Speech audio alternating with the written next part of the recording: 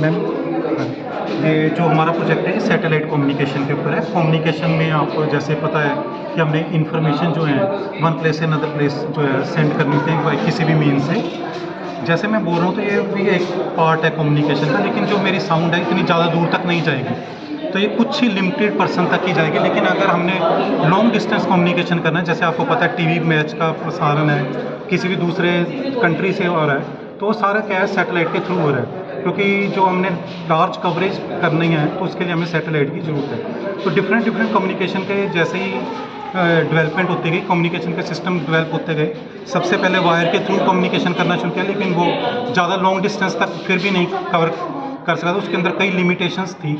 लेकिन फिर उसके बाद जो है different mode, sky wave, ground waves जो है उसका यूज़ करने लगे, जैसे AM FM यूज़ करते हैं। तो लेकिन उसके अंदर भी एक था कि उसका भी जो कवरेज थी वो लिमिटेड कुछ किलोमीटर तक की थी, क्योंकि उसके अंदर भी जो वेव्स थी वो एटीन्यूएट होकर कुछ कम हो जाती थी।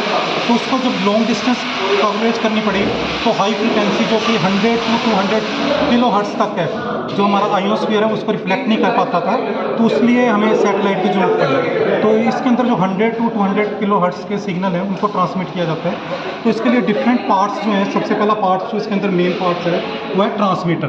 ट्रांसमीटर से जो हमारे सिग्नल हैं वो इलेक्ट्रोमैग्नेटिक वेव्स हैं, और एक हमारा जो बोल रहे हैं वो स्पीच सिग्नल जो ऑडियो सिग्नल है, उन दोनों को सुपर इम्पोज करते हैं, जिसको मॉड्यूलेशन कहते हैं। उसको मॉड्यूलेट करके ट्रांसफ़र किया जाता है थ्रू सैटेलाइट की तरफ। और सैटेलाइट के अंदर जो है हमारी जो ये सैटेलाइट है वो जियोस्पेशियल सैटेलाइट है, जिसकी सेंस ऑफ रोटेशन जैसे अर्थ की रोटेशन है उसी रोटेशन से ये रिवॉल्व कर रहा है। इसका जो पीरियड ऑफ रेवोल्यूशन है वो भी सेम है। और ये जो है इसके अंदर सोलर पैनल जो इसको एनर्जी प्रोवाइड करते हैं, जो ये सिग्नल पिकअप करता है तो उसको ये क्या करता है एम्पलीफाई करने के बाद रिसीवर को सेंड करता है। और रिसीवर जो है वो लार्ज पार्ट ऑफ जो हाइट से जो 36,000 किलोमीटर से जो सिग्नल आते हैं वो बहुत ज़्यादा लार्ज डिस्टेंस कवर कर लेते हैं।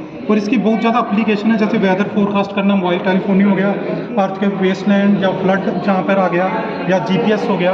तो डिफरेंट पार्ट्स जो है इसके अंदर कवर किए जाते हैं। तो इसके अंदर जो मॉड्यूलेशन और डीमॉड्यूलेशन दोनों ही कंसेप्ट हो जाते हैं, और जो ये आजकल बहुत ही यूज़फुल कंसेप्ट है इसका।